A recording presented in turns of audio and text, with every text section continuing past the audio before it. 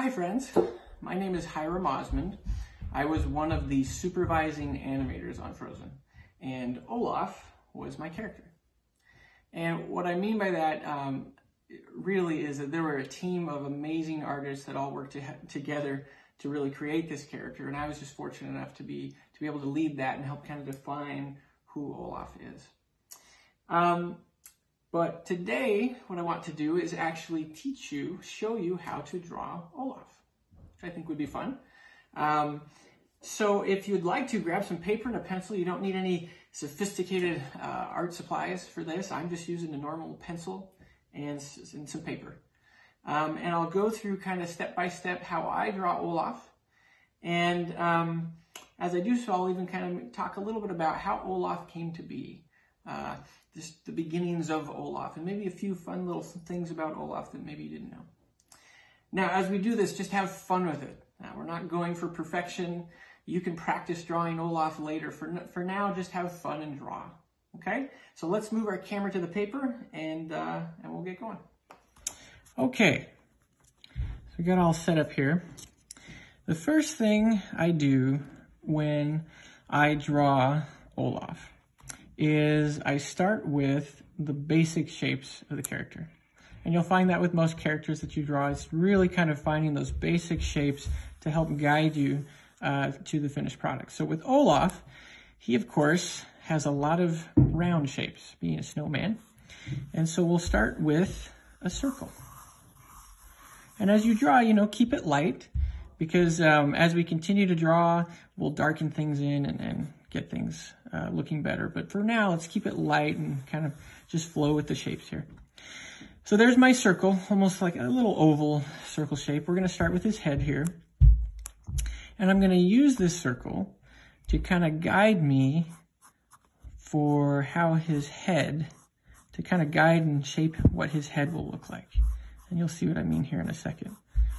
But I'm going to take that circle, the width of that circle, and kind of help me create that kind of bulbous head of his. Okay?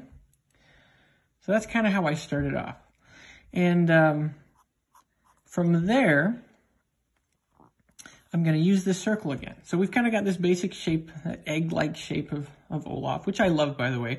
Our head of visual development, Bill Schwab, he did the designs for Olaf, and I love the simplicity and that big Olaf, that now very familiar Olaf egg shape head of his. But anyway, so we take that same circle we've drawn, and I'm going to use this top portion of the circle here to kind of help me place the crease from where his mouth is going to be. And from that crease, I'm going to draw Olaf's mouth. Oops. Again, not going for perfection because I just made a little mess up there. But anyway, there's Olaf's mouth, just a little smile, okay? And then from there, I'm going to draw in Olaf's very familiar tooth. And you can see I'm going to use this circle again to kind of guide the placement of that tooth. You see the bottom arc of this circle is kind of where that tooth is going to line up. Okay. Now, a fun little fact about Olaf's tooth, when we were first developing Olaf, we weren't quite sure what material that tooth should have been made of. And for a while there, the tooth was actually made of, it was like a glass, or not glass, but an ice block in his mouth. Which was a fun idea, but ultimately it didn't quite look right. And so we finally decided, no, let's just go all snow. And his tooth became snow. All right, from here, and you can see I'm just kind of making little adjustments, but you can kind of see, oh, look, Olaf's head. We're kind of seeing Olaf appear here. And from there, we've got his mouth, got his tooth, and now I'm going to use this circle one more time to kind of help me guide where I want to place his nose. I'm just going to very lightly just put sort of an oval shape right here. We'll come back to this later, but that's kind of where I want Olaf's nose to be. All right, so from there, I'm going to come up to the top of his head here. You see kind of his head's kind of this little arc up here. I'm going to use that to kind of guide where I want his eyes to begin. And Olaf's got those very cute, very big eyes. And I'm going to start with there and there. Yes. You can kind of fill that in right there.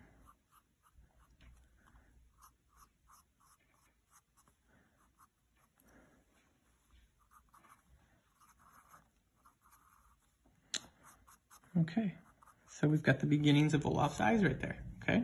Again, we start seeing Olaf appear here. Still got a lot more to do, but now we've got his eyes kind of close to where we want them. And then from there, we're gonna stick those cute little brows of his right above those eyes.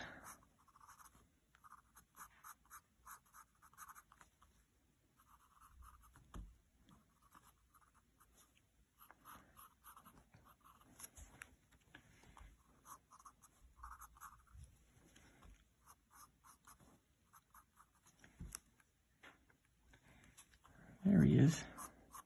Okay. So there's kind of the rough layout of his head. Now I'm going to go through, I'm going to clean up some things here. You can kind of watch how I do that. And as I do that, I want to talk a little bit about how Olaf began. See, Olaf, at the very beginning of Frozen, we had a few screenings where Olaf, he was a much different character than he ended up being. In the beginning, Olaf, he was a little bit more snarky, a little bit more sarcastic, a little bit louder. We kind of found in those screenings that, you know, there's just something wasn't quite right about that. Wasn't quite right about Olaf being that type of character. And then as the story progressed, as Frozen progressed, the writers, the story department, kept describing Olaf with words like sweet, kind, full of joy, full of wonder, and just full of that unconditional love. And he slowly evolved into this character that really sort of represented what the theme of the movie was really about. And he sort of became this embodiment of love. And I just love that. And when that happened, he became a very different character. And of course, with the addition of Josh Gad's voice, which adds so much to him as a character, he became what he is today. And I love, you know, Olaf, he makes us laugh. He's silly, right? He's a funny little guy. But because of that, because of his wonder and his love, we also can connect with him in a very emotional way. And I think there are not many characters that allow you to do that. Okay, so we got his nose. We got his head here, all worked out. Now, I'm going to open his mouth a bit because Olaf, typically, he's very excited, right? Let's open that mouth. So it's just a few lines you just put down there, opening his mouth. And then I like to kind of fill in that mouth with a little shading there, just a little shadow.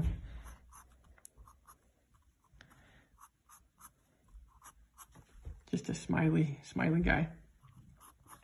Now, one other thing that tends to happen as we make these characters is sometimes these characters wind up looking like us.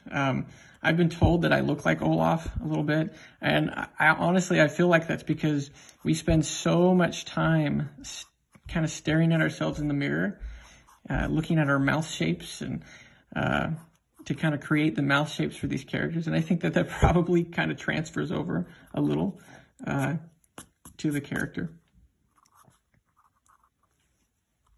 Okay, so there he is. There's Olaf. Now from here, you know, we got to get his cute little hair, cute little sticks. And that's another fun thing. We weren't quite sure what to do with his hair at the beginning. I know there were lots of conversations with Olaf. You know, maybe he should have grass growing off the top of his head and, or for his brows. And I know we had some silly little discussions like that. But I love where it ended up. Just sticks, right? Just sticks. And I think that's what's so fun about him. He's just so simple. Okay. All right, so there's his head. Let's move on to his body. All right, so Olaf, again, we're going to those basic shapes. We're going to put that circle in there for his upper portion of his body. But as you kind of notice with Olaf, his circles have little kind of squared edges, a little bit. And then his bottom portion here, just make a big circle. And even that bottom portion, it's going to have a little bit of that, kind of those squared edges.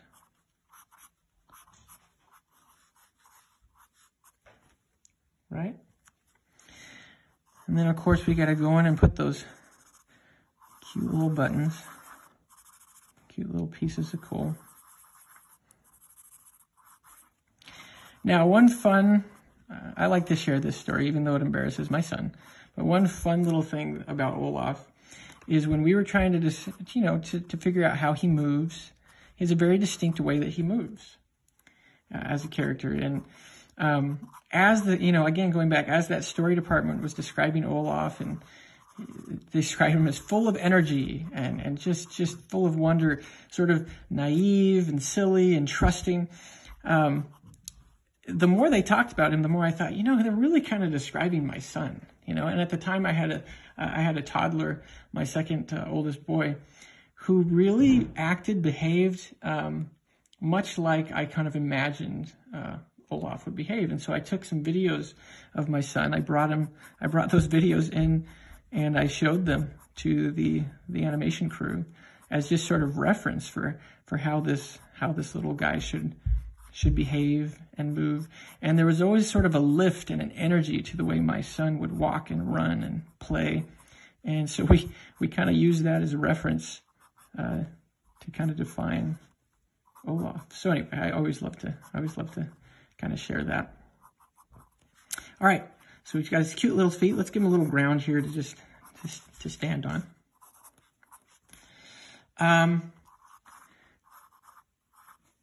And he's done, right? Well, okay, let's give him some arms, shall we? Now, Olaf, I love this pose because Olaf, again, he's just so joyful, and I always kind of imagine him like, maybe he sees a friend, right? And or a squirrel in the forest. Something very Olaf like that. And he's just like, oh, hi, friend. And these hands, they're just sticks and kind of squarish little fingers. But he's saying, oh, hi, friend, how are you? And then maybe, let's get both those arms up there.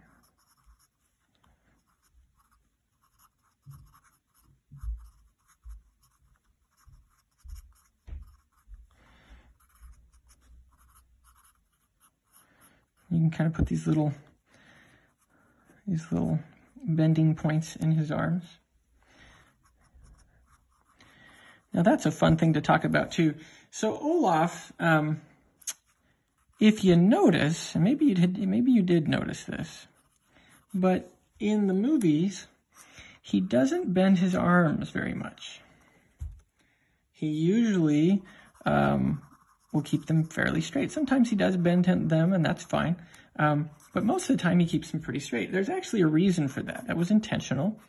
On the first Frozen, Wayne Unton, one of the other supervisors, had a thought. He's like, what if we kept Olaf's arms straight, almost like a toddler, kind of like a toddler does. When a toddler walks around and moves around, he's not bending his arm, or he or she's not bending his arms too much. It kind of keeps them straight, and you create kind of that sort of that toddler look.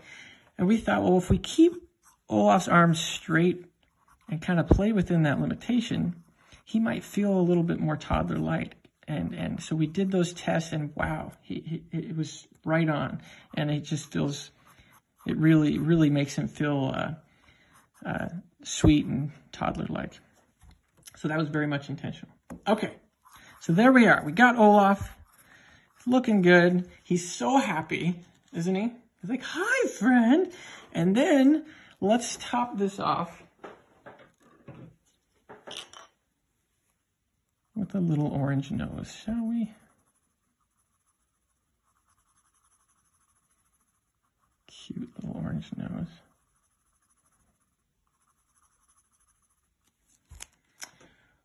All right, friends, so there you have it. Now, all of you who've been following along, very important, you should always sign your name to your work. So I'm going to go down here, sign my name,